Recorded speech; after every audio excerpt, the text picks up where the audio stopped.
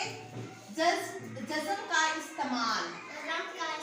अगर यहाँ पे बेटा जिस लफ्ज का जज्म है उस लफ्ज को पढ़ा जाएगा, लेकिन पूरा जैसा लफ्ज अदा होता है वैसे अदा नहीं होता जज्म में, इसलिए उसके ऊपर जज्म लगता है। जज्म का ये यूज है। जैसे हम पढ़ेंगे इल्म, तो लाम की साउंड आ रही है लेकिन लाम को पूरा नहीं पढ़ा जा रहा, इल्म करके नहीं पढ़ते हम, ठीक है, इल्म पढ़ते हैं।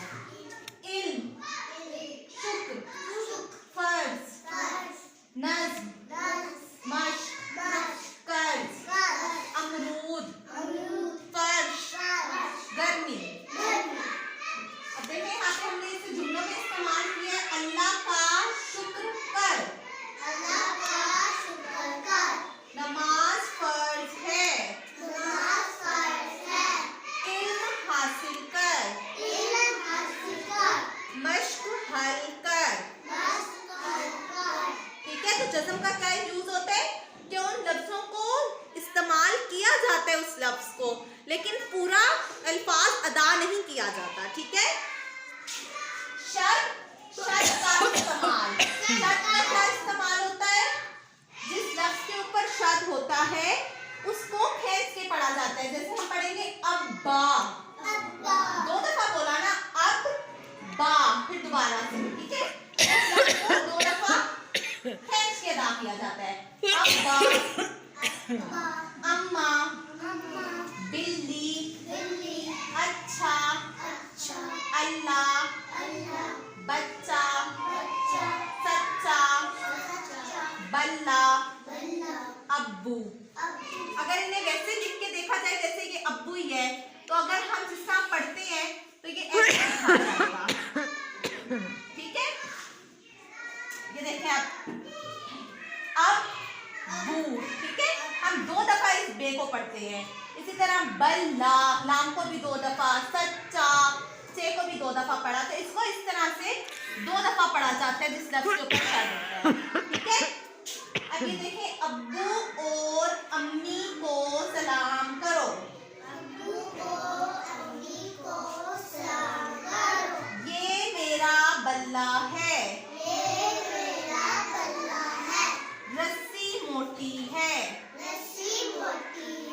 इस्लाम सच्चा दीन है। अब नेक्स्ट हमारा टॉपिक है नून गुन्ना का इस्तेमाल। अब नून गुन्ना क्या होता है? ये तो होता है ना नून जिसके अंदर नुक्ता होता है, इसे हम क्या बोलते हैं? जिसके अंदर नुक्ता नहीं होता है लेकिन उसकी तरह की शेप होती है, इसे क्या बोलते हैं? नून गुन्ना। क्या बोलते हैं इसे? नून गुन्ना। अब कुछ लफ्जों में नून आता है, ठीक है, जैसे कि मैंने लिखा मीम अलिफ मा नून, ये मैंने लिखा मीम अलिफ मा नून गुन्ना। अब इन दोनों को पढ़ेंगे कैसे? ये पढ़ा जाता है मीम अलिफ मा नून मान, ये क्या पढ़ा जाता है? ये पढ़ा जाता है मान, लेकिन नून गुन्ना में हम इसे पढ़ते हैं मीम अलिफ मा नून गुन्ना माँ, ठीक है, इस साउंड आती है लेकिन नून इसमें नुक्ता नहीं है, तो इसे सिर्फ माँ ऐसे बोलते हैं। ओके, तो ये देखिए जैसे कि लिखा है माँ, मैं, है, हूँ, जहाँ, कहाँ, हाँ, दान।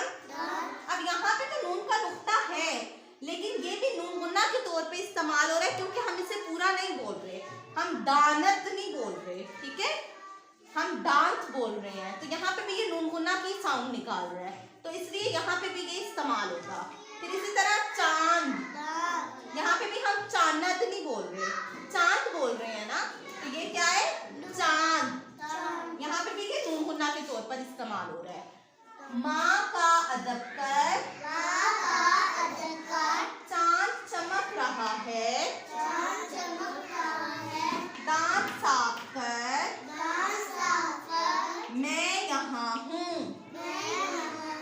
अब यहाँ पे देखें किधर किधर नून गुन्ना यूज हुआ है, ये और ये, ठीक है, इधर कहाँ पे यूज हुआ है? ये दांत के जरिए इस नून में, इधर चांद के जरिए इस नून में नून गुन्ना यूज हुआ है, और यहाँ पर माँ के साथ ये वाला। ओके